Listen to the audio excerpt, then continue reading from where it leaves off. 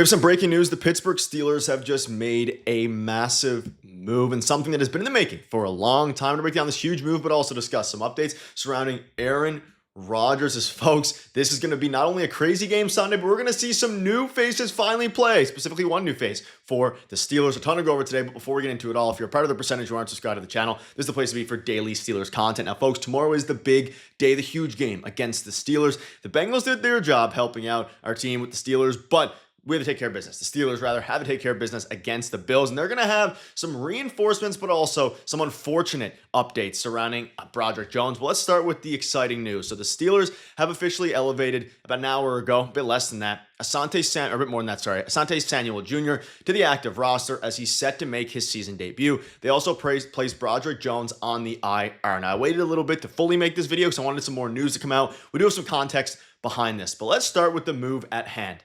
Asante Samuel Jr. And we'll dive into Broderick Jones, Aaron Rodgers, a ton of things in a minute.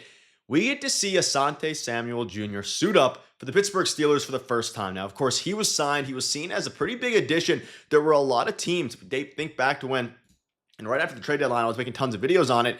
Of course, Marquez Valdes-Scantling is still on the practice squad. We'll see if they go with him at some point here before the season ends. But Asante Samuel Jr., he's going to be playing, we assume, on Sunday and is going to make his season debut. And let's dive into what this move means. Now, of course, Asante Samuel Jr. is coming off of a very, I don't want to say invasive injury because I'm obviously not privy to know how invasive it is, but a pretty big injury. But he seemed to have most of his, speed back, all these different things. Now, of course, they signed him to a practice squad deal. And we were all thinking that he was going to play and kind of be a helpful piece there, especially with the injuries to Darius Slay.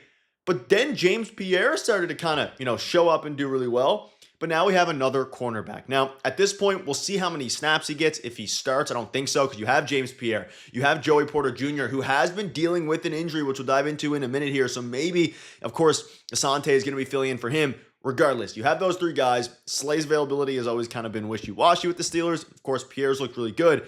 But you now have Asante Samuel Jr. ready to go. Now, you're going to be going up against Shakir. You're going to be going up against a pretty decent wide receiving core. Keon Coleman, depending how his, he had some antics go on this year for the Steelers, or for the Bills, sorry. This is good. I'm excited to see it. I'm also hoping that this is the beginning of maybe giving some guys a chance because you can't really go wrong. The Steelers haven't been playing good lately. You now have someone who's really good with the Chargers in his rookie sophomore year. Really his first 3 years before his injury, he was really, really solid. He has the potential to be a young stud. Asante alongside Joey Porter Jr. could be the CBs of the future for this team if things work out that way. And of course, with Ramsey moved now to safety, with Darius Slay being 35 years old, with of course a lot of these other guys, James Pierre is up and coming. I like this move. Now, the second part of this move is the fact that Broderick Jones is on the IR. Now, that means he won't be eligible to play until week 17. And while speaking to reporters Tuesday, Mike Tomlin ruled out Jones for Sunday's game, but it wasn't clear whether Jones would need to miss more time. And of course, he left last week against the Bears, and Sunday will be the first game in Jones's 3-year career he will not be available to play. From a healthy perspective, Samuel is on the opposite spectrum, where of course he hasn't been able to play for almost 2 years, and now he's fully back. So, Broderick Jones, looking at some of his PPF stuff, I know it's kind of hard to read. He hasn't been great this year, right? Now, he's still really young. He hasn't been bad this year, though, either. He's like a middle of the pack towards the, like 60th out of 80th in overall grades and things like that. PFF isn't perfect, right? It's not a perfect system, but at the same time, it is interesting to give some numbers here. Broderick Jones being ruled out for the next few weeks is pretty rough, especially because the Steelers have mostly avoided serious injuries for most of the year. Yes, they've dealt with Aaron Rodgers. DK Metcalf has left a couple games. You have guys like Darius Slay miss a game here and there. Overall, they've been really healthy, right? Now, at the same time, that's only going to last so long in the NFL. And for Broderick Jones to be out is unfortunate. The next man up mentality is going to have to be here. And I'm excited to see what they do beyond, the next man up. Because again, at the end of the day here, I'm fine with changes like this happening. Of course, you never want to see anyone injured, especially for, to tackle Broderick Jones. But for Asante Samuel, this is his opportunity. And we'll see the health of Joey Porter. We'll see how many snaps he actually gets. But he could take this and run with it. He didn't look great at practice when they, first signed him. He was moving a little bit slow. But we'll see what happens there. Diving into some of the injuries, you can see here from yesterday's practice, Aaron Rodgers, DK Metcalf, Alex Highsmith, Joey Porter, and Ben Skronik were also not listed with any game designations. all 5 players will play against the Bills. So I did say, like I just mentioned, that Joey Porter Jr. was limited at practice. He is going to play, but we'll see to the degree. Now, we assume he's going to start. Of course, Derek Harmon and Broderick Jones are the 2 that's ruled out. But, I kind of just glossed over it there, folks. Aaron Rodgers, he's playing, right? Aaron Rodgers is officially playing. Now, there was also some designations for DK, Highsmith, and a couple other guys, again, prior to the practice yesterday. With Joey Porter Jr. playing, that obviously makes things a little more complicated with Asante. But with Aaron Rodgers, and Alex Highsmith, that is fantastic news because Alex Highsmith dealing with a little bit of injuries this year. We've seen Nick Herbig also be very, very solid this year in replacement for a lot of these guys. We needed Aaron Jones back. And the interesting thing out of all of this is people ask Mike Tomlin what changed between last week and this week and says he was a full participant, will play, and asked him why he's playing. He just got more reps. And Tomlin added that Rodgers was able to take some reps under center. So people are asking, okay, clearly we know it was Mike Tomlin's decision to not play Aaron Rodgers last week, right? He wanted to play. What could have changed in a week?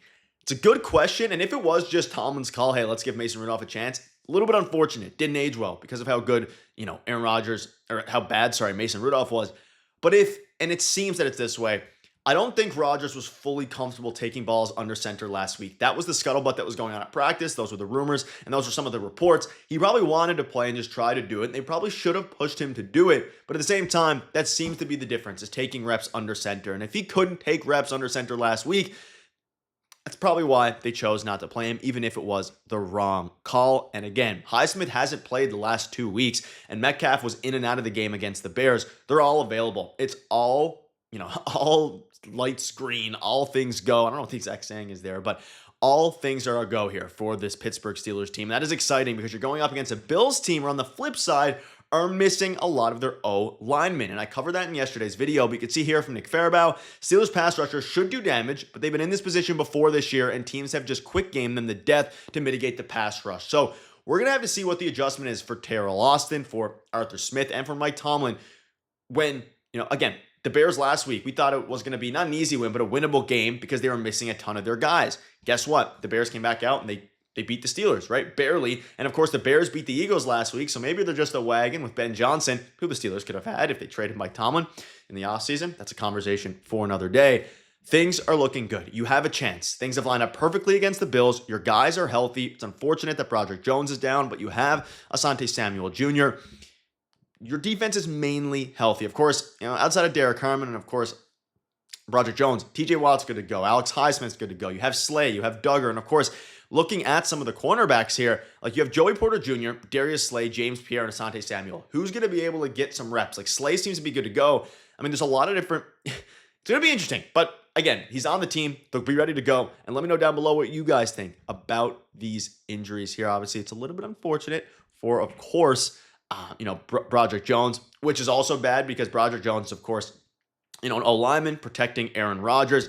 Aaron Rodgers will be without a little bit of help there. We'll see who slides in and who can do, the job. You have Calvin Anderson. I believe Andrus Peat is going to be replacing Broderick Jones for the game tomorrow. So Andrus Peat's going to get a chance to do that. And of course, with multiple guys back, including, of course, Alex Highsmith, Nick Herbig will take a seat to start the game. Let me know down below your thoughts on this. Thank you guys for watching. See you later.